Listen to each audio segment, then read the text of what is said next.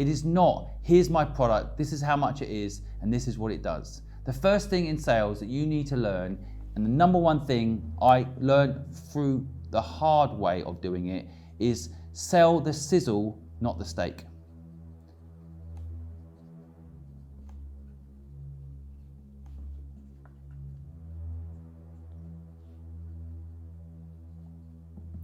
So what does that mean? Well, let's pick one of the best products ever sold, Apple products. Steve Jobs used to always set up events where he'd invite 3,500 people into a room, all the right tech reporters, all the right people, and he would then present to them the sizzle. He would not say, here's a phone with an Intel processor that has this and has that. He would talk about how this product was for the game changers, for those that wanted to do things differently, for the creative types. He was very specific about what the sizzle is. He didn't sell the steak. Now, in that process of selling, there's a couple of other lessons that Steve Jobs teaches us. Of course, he doesn't sell to millions through social media. He picks a community, 3,500 people in a room. He sells to them, he connects to them, he talks to them, and they go and talk to the rest of the world. Getting someone on your side selling for you is one of the most powerful ways to sell. The number one salesperson in my last company was my accountant.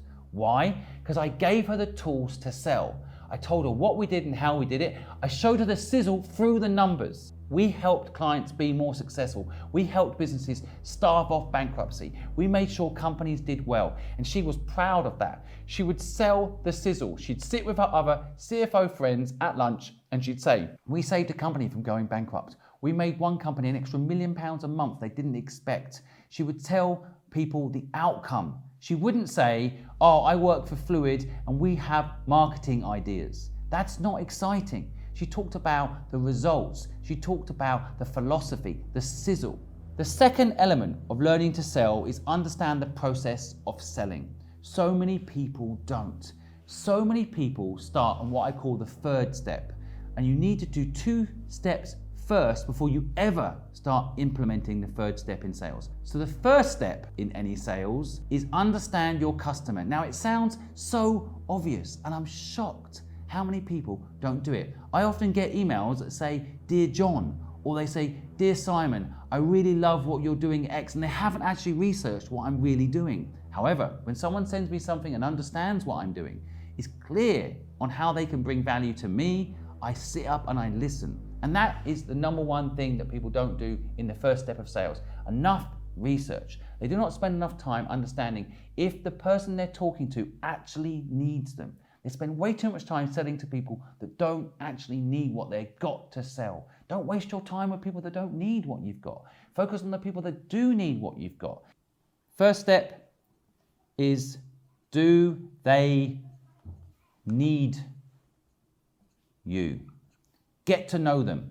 The second step in this 3-step process to get any sales done is understand the person you're working with in the context of, do you like them?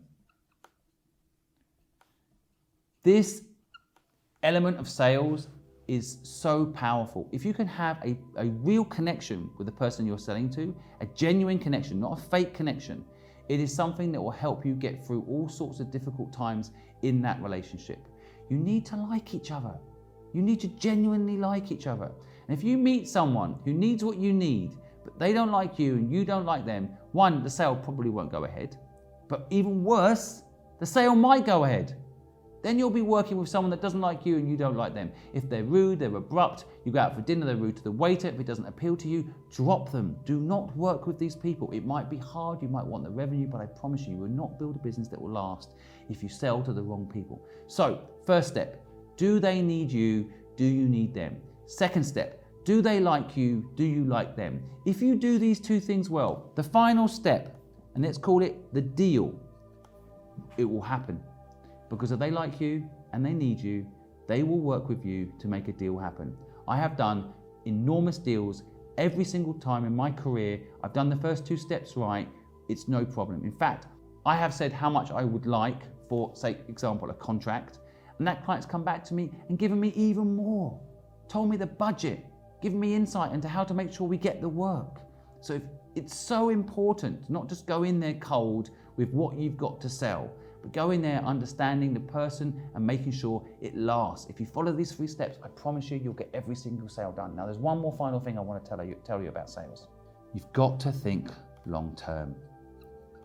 There was a study done by Harvard. They analysed the best salespeople in the world.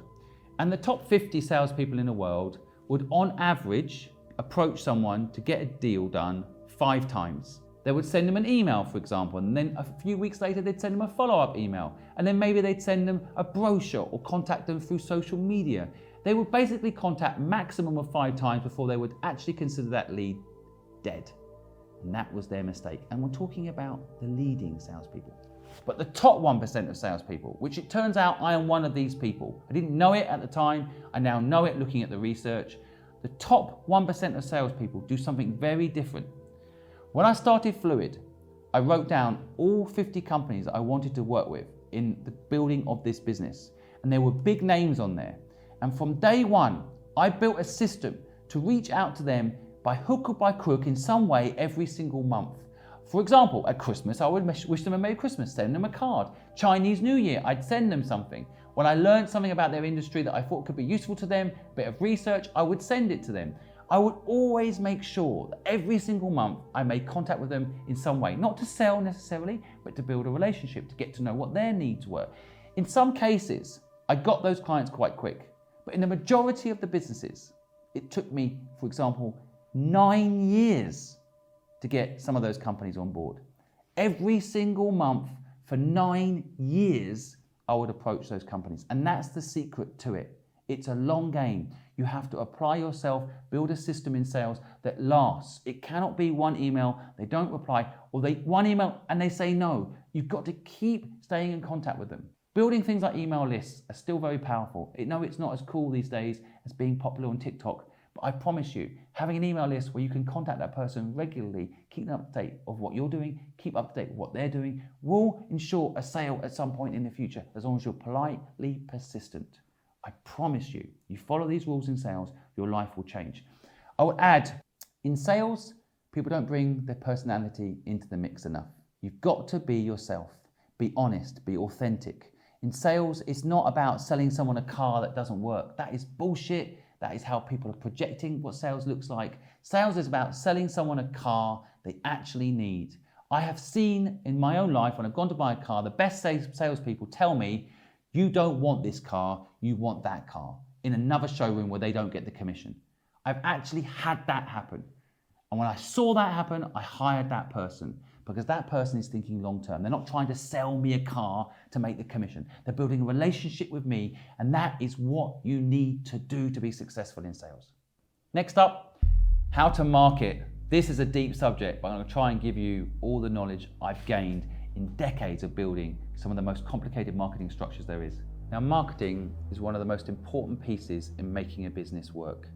And when I think about this subject, it's so complicated. I honestly think, because I know everything about this subject, it's like rocket science. I will start off perhaps by teaching you that in marketing, 50% of what you spend will probably be wasted. So if you've got 1 million views, but the wrong views, it's wasted. So marketing is about really experimenting. Now, I mentioned earlier when talking about sales, sell the sizzle, not the steak. Of course, that applies in marketing too. But marketing is actually about connecting with people over time. The biggest example is branding. If you get the branding right, people will resonate. You're probably a victim of this. You would rather buy an Apple than an X other brand, right? You've become a victim of good marketing.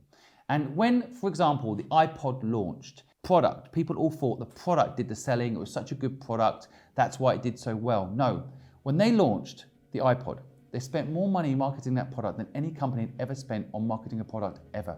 Marketing is not one thing. Marketing is a complex structure combining PR, brand messaging, product market fit. If you don't know product market fit, I can cover this later, but basically you've got to make sure that the people you're talking to will resonate to the product that you're selling or the service that you're selling. And marketing, in my opinion, is actually number one thing. It's understanding who your customer is.